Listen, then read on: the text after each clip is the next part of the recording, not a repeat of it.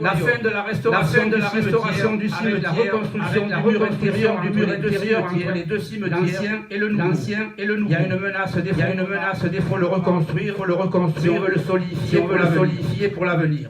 L'aménagement du carrefour du 704 avec la route du Chicot. L'adressage, c'est-à-dire l'étude et la concertation les rues du centre-bourg, comme l'ont fait plusieurs de nos communes voisines sur lesquelles nous prendrons modèle. Enfouissement du réseau électrique au ferry, les lignes fil nues anciennes. Restauration du four avec un chantier de solidarité solidarité À cela, évidemment, il y a toujours des frais supplémentaires qui viennent dans les frais de la commune avec la mise en accessibilité des locaux recevant du public pour la mise des personnes en difficulté à mobilité réduite. Et nous avons aussi le RIS, c'est-à-dire le centre départemental des pompiers du Lardin, à partager le coût de la caserne des pompiers qui sera de 24 euros par habitant, environ 1 000 € à la charge de la commune.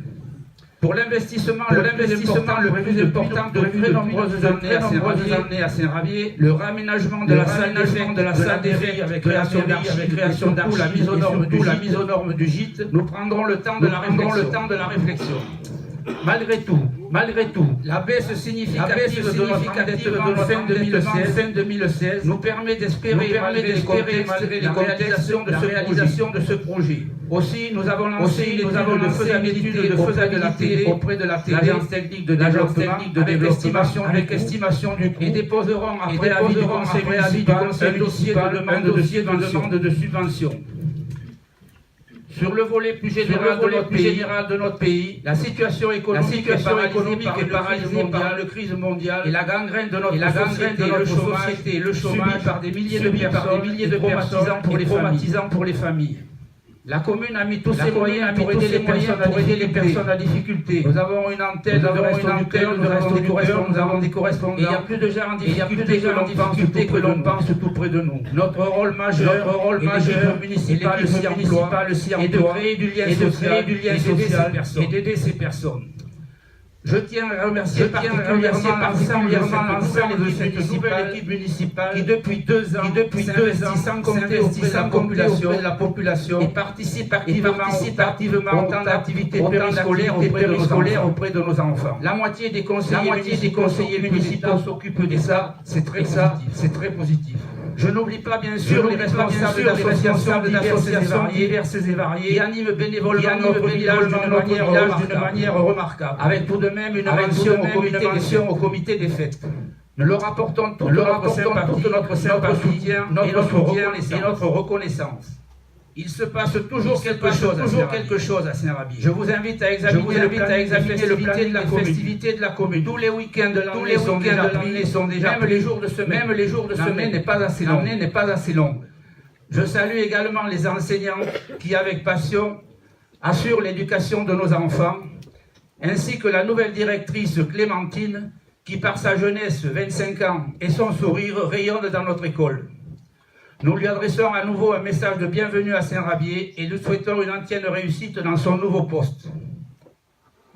Puisque nous parlons de l'école, je terminerai par une action très positive pour notre RPI, la Bachellerie Saint-Rabier. Suite au moratoire que nous avons signé cette semaine avec nos collègues maires de la commune d'Azera et de Saint-Orse, concernant la fusion de nos 2 RPI, regroupement pédagogique intercommunal entre les écoles. Ce moratoire fait suite à une convention signée par l'Association des maires de la Dordogne et l'inspection académique.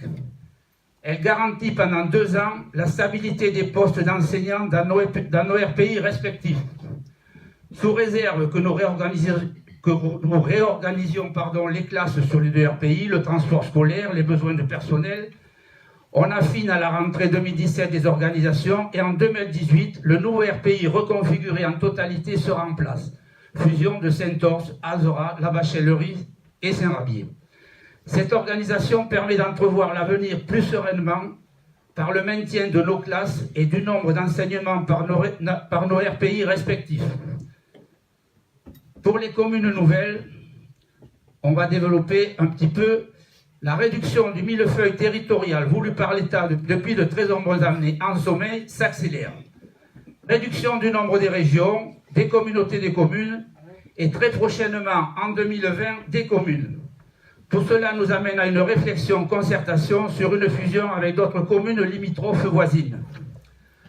À cet effet, après discussion en conseil municipal à Saint-Rabier, nous avons fait une réunion d'information avec nos collègues des conseils municipaux de Chartres et de Pérignac, avec une information générale avec M. Ray, secrétaire général de l'Union des maires de la Dordogne, pour informer tous les conseillers sur les avantages de ce rapprochement et de ce rapprochement avec les communes voisines.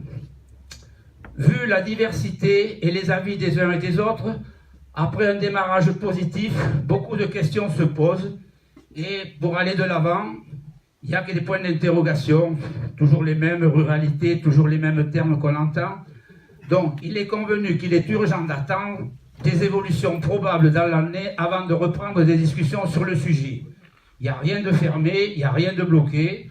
On prendra le temps de la réflexion, sachant que de toute manière, en 2020, contraint ou forcé, avec association ou pas, fusion ou pas, ça sera fait.